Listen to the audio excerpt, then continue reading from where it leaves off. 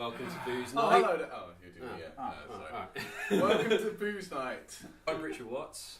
I'm Carl Painter. I'm Mark Phoenix. Yeah. I got two tops and the other one's covered in hot sauce, so... Long story. That was And our then hot sauce messy, review video, is it? Yeah. I also do reviews on chimichangas, so... You know. I think that might be for the future podcast. We just go out to different places and Just just like go eat to at different restaurants. places and just Yeah. try them out and podcast them. But we have no bottoms. We have like no trousers. We just go in like underpants. Underwear. Yeah. I think we should. Yeah. Yeah. Maybe we'll move on to that. Yeah. It We'll could be call, risky. we'll call it food undressed. Food undressed. Yeah. Yeah. Nice. Undressed salad. Like salad dressing. Yeah. Like, salad Naked food? undressing. Salad undressing. Salad undressing. Yeah. There we go. There we go. Right. It wasn't Yeah. until like sort of we met up with Yeah. Kerry and that was my first proper gig, like when we Mm. formed Axel Grammar, and yeah, that was my first experience playing in front of a live audience, which is terrifying, as everyone knows. So like the first time, Oh, I Yeah, fucking... brown even if it pads. is just like to like I was 10 chomping a people, bit for that. yeah, it's the whole idea of it really. Yeah. But We had yeah, so a covers band with people about twice my age. I mean, I was about 17 at the time, and they were all in their 30s, 40s, and they were called Stiff Nuts, and they just lost their drummer, and they were friends with my dad. And then I got a phone call about 3 weeks later, and he said, "Oh, it's Jim, the singer from Stiff Nuts." I was like, "Oh, all right." And he's like, "So we were wondering, do you want to join?" I was like, "Yeah, go on then." And he's like, "Great. So we got a gig tonight." What? different, yeah. Yeah, I'll come pick you up in 20 minutes, take you off and practice all day, and then we'll do the gig that night. And that was my first live gig, was doing that. So you didn't know the songs before? I had this practice a couple of hours beforehand, and that was it. And we just ran through the set That was list. a baptism of fire then. Yeah, basically. that was... I wish I had that recorded, because I bet it was shit. But it was freaking hard, and it was bad as well, because my dad was playing after me as well, Right. in his band, and which obviously they had a different lot than more others. polish on it, because they were basically their old band. There was only about 2 or 3 new members, so of course they'd been Yeah. playing those songs for years. So they knew what they're doing. Yeah. And then there's little old me, just like, oh shit, what am I doing? But Like, to be fair, like Oh. you said like I'd fucking do it. Like you yeah, had yeah, that. yeah. Yeah. You could have gone either way because no, but you obviously had something there that made you Yeah, want Sort of to throw do you it. into back the then deep I end. was just full of piss and vinegar. Mm. I was like, yeah, fucking do it, and then like, yeah, it's gig time. That. But yeah. I actually then started with a proper band, which was Mm. Never Hurts. We did do a couple of gigs. So we did one which was, if you remember, at the park in Redknock. So where we were The Rec. in the Rec. That was it. Yeah. So the Rec in Dursley, effectively, once a year they would set a trailer up in the Rec, and it was Battle of the Bands. Yeah. Yeah, It was just different bands come on and play and do their own things. We did that. We did a couple of other gigs as well. So we did one which was the Redknock School itself, so our secondary school, and that was actually that was probably one of the better equations. I was there, but I remember that happening. That was probably one of the most fun we've had, because it was very tight crowd and we got Right. into it quite quickly and very easily. So we had like crazy moments where we actually jumped off the stage and were going round into the crowd and actually playing what we were playing, but while still going around in the crowd, which was good I fun. mean, we did Battle of the Bands, didn't we? That was our first gig, I mean, we- basically, wasn't it? Was the Battle of the Bands. Yeah. And the power Oh, kept right. cutting off, didn't it? Remember that? Was this with Liam? No, this No. was just Kerry, me, you and Kerry. It was our first gig, and his Oh, mum paid right. the entrance fee, right? And we yeah. Capone's. yeah, Capone's, yeah, we did the Battle of the Bands there, and Fucking hell, yeah, I remember. that was fucking hilarious, because the power kept cutting off, so I just like go into these weird little drum solos. yeah. Which back then, drum solo basically consisted of just like bashing the shit out of anything as fast as I could. Yeah, man. I mean, especially that one, I basically just played Wipeout over and over again. And it was quite funny, because the first time I did it, and then I hit the crash to end it, and the power came back on. It was Yeah. like, wow! Everyone's like, whoa! It's like, yeah. Yeah, it was we a had- total fucking fluke. The timing on that one. I remember that first gig. So Mm. we had 3 songs. We had Yes. Chronic Crotch, Tumour, Yeah. and Ear Bleeder, Yes. which is You had something some fantastic song names. Yeah, out, Ear wasn't Bleeder it? was like a rock song I wrote for my GCSE music thing. No, we did Sad Inside. Sad Inside. Yeah. Was Ear Bleeder was there as well. Though. Yeah, it was Ear Bleeder, Sad Inside, and Chronic Crotch. Yeah. Yeah. Yeah. Because I always remember with Sad Inside. Yeah, that was Sad Kerry's. Inside, we Mm. just wrote a song before that, and I really, really loved the drum beat in it. Mm. Like it was and it's just that little triplet bit. I just really, really liked it. So I transferred it into Sad Inside, and that's how that drum beat stuck in. Mm. So from then on, it was always just that drum beat because it just Yeah. worked. Mm. But it was only because I liked it, and it was from another song. Uh, But yeah, so those are the three that we did that gig, wasn't it? To put it in context, Capone's was this tiny. It was the only It was a small club, only wasn't it? club in Dursley where we all. Went. Yeah, So so- Capone's was this tiny little venue, wasn't it? It was the only. Yeah. It was the central hub where any sort of cool evening event happened. It was the only like nightclub, I guess. It was like, it was the Yeah. only club in Dursley, Apart from and this at the sort of time watches that and we'd all started really getting into playing gigs and actually playing live music. That's the only thing. Rock bands. It was rock bands. It was the Could only play. place that you could really get into at that age. It wasn't a bad Yeah. place though, to be fair. I mean, Because Yeah, it got us where they we sort got. of they let us play. They We played there a let few people times. play sort of when you're about 16 Yeah, it or was that gig so. though with Liam. Whereas pubs and that weren't as happy to do so. yeah. Really. Obviously now we can actually play pubs. Yeah, well, Yeah.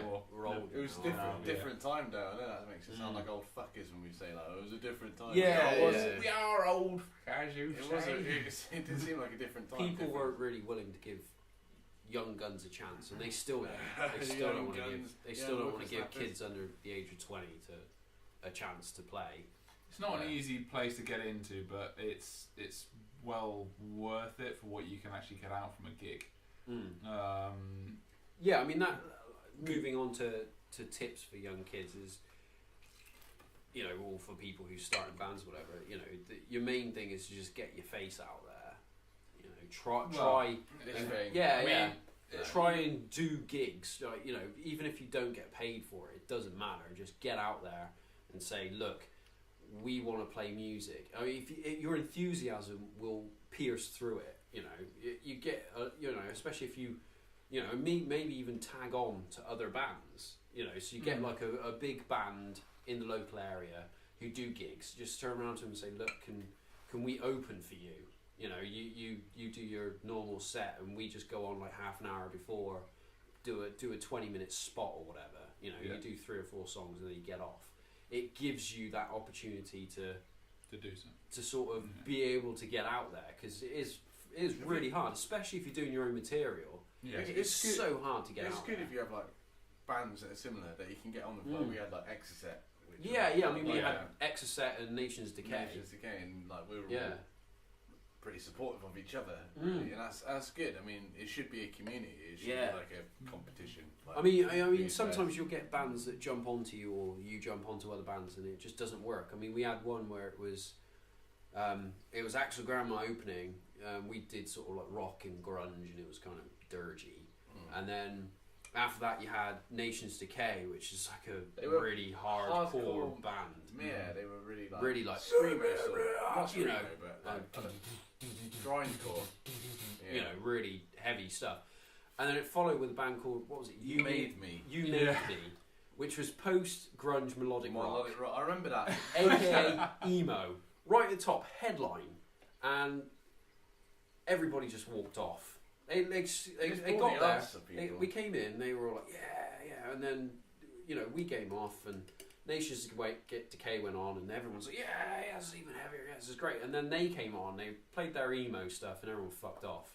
How they got the headline on that night, I'll never know. But it was. I can understand why I we. think probably it was decided who had the best equipment. Yeah. Yeah, because I mean, I understood. The equipment, yeah. I understood why we were bottom of the list, because we were just coming out. We weren't really that good back then. You know, we were all starting out and eager. Nations Decay were quite polished for what they were doing, Yeah. and then these guys were just fucking pants. They really were.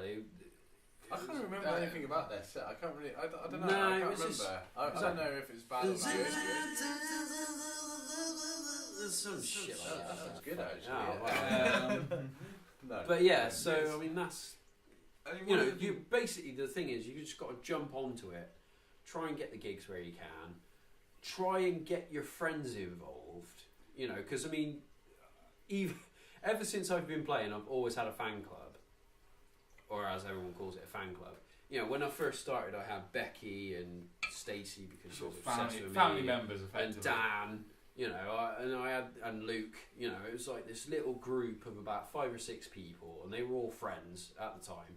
And every gig I did, they went along and they cheered along with what we were doing because they enjoyed what we were doing because they were a similar age and they liked what we were playing. And eventually, you'll be the headliner, but it's just a matter of time. I mean, getting known and getting out there is something that you'll do and progress in time because as you start playing the music and you get more energetic with it and you have the drive within there, don't get me wrong, it's fucking scary as hell for the first gig, but once you actually start hitting the first notes and you start playing the songs, the energy you get from it is fantastic and you can be jumping around the stage for hours afterwards just because the adrenaline kicks in. So You should cock off that stuff. best drugs ever, play music. Seriously, don't do anything That's else. the best high, yeah. Just Yeah. just play music to a group of people who are similar, Appreciative like-minded, of what and you do. appreciative, and it is brilliant. You get in the wrong crowd, mind you, and sometimes it can be a real shitter. But just don't let that bother you, because there will be Yeah. the right crowd out there, and if And you keep yeah, playing, I think- if you keep playing, more people will recognise you, and Yeah. you'll get more people involved and listening to Yeah. you. But that's And what that's I mean what about music. having your friends there. Yeah. Because they're going to be a lot more susceptible to what you're playing anyway. I think- They're going to be like, oh, some stranger isn't going to want to listen to your stuff. A friend will, out of courtesy, if nothing And then else. slowly build up the tracks, get good at the tracks that you're trying to do, polish them, and then just go out there and play local areas. The best thing you can do is play local, because what you'll People find will is know you. because the best thing Yeah. is afterwards, people will give you feedback. Yeah, and don't just snub out all feedback. I mean, some people will be arseholes. Don't get me wrong. Some people But be the- like, well, you didn't play Judas Priest. Yeah, some people No, of will, course will listen to you for what they want to listen to, but what you may play may be against the conventions, right? If they come up to you and have that sort of comment, then just fucking ignore them. Listen to the people who have the more constructive feedback. They'll say, "Oh, okay, I really, really love this bit, but try doing this." Yeah, and you get better energy from it, you get better feedback, and you build yourselves up a lot better. And you got to Yeah. remember that, enjoy the good stuff. When you Yeah. have somebody come up to Well- you, I used to have it quite a lot. You get someone come up to you and you'd be like, "You're Richard Watts, you're fucking amazing." And you'd be like, "Yeah, cheers," but don't let it go to your head. Don't start going, "I'm fucking amazing, I'm the best person in the world." Yeah. You know, I mean, we've also had it before. We had someone come up to us and sing one of our songs back to us, and you're like, "This is unreal." You know, it was amazing. I mean, we one of our first gigs was playing in front of a bunch of kids. I mean, we were like 16, 17, and these kids were like 10, 11 years old. And for some reason, they fucking loved what we were playing. I mean, we were doing like Tumor, Chronic Crotch. Ego you need boost. to orientate your bloody images, because that's quite a horrible image to see on the Well, screen. they like the crotch. But yeah, so, we're doing all these weird, grungy songs, and the kids were loving it, and we had to sign autographs afterwards. It was really surreal. But the thing about it was that it gave you that confidence of, yeah, we are doing something good. If someone turns around to you and says that you're shit, ignore it. If somebody says you're shit because, listen to some extent. I mean, sometimes it might just be, look, it's just not for you, which is basically what Kyle was saying, But Yeah. back to what Fegan said, is enjoy it. As long as you enjoy it, I mean, when we jam, we really love and enjoy what we do. And when we do that, we've done it live on stage before. We've just jammed something for half an hour. And when we did that, the crowd loved it. And it's because of the fact that we loved it. Yeah. If you're not enjoying what you're doing, you should stop playing. Yeah. Basically.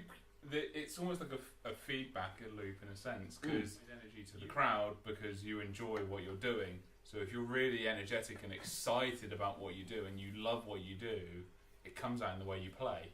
So you're gonna notice if you're not. I mean, Totally if you're like really, if you're not totally into it, even if you just trying to look into it, I mean, it's not going to look genuine. People are going to like pick up on this. I mean, just have faith. This has been Booze Night. This has been Booze Night. Cheers. I can't remember the fucking name for the minute. Cheers.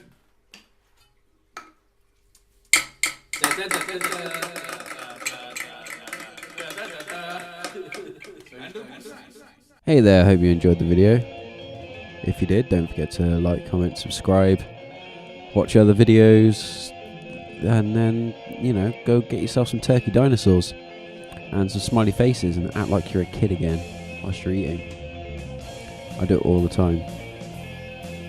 Yeah, I'm 30 and I still eat turkey dinosaurs. What about it?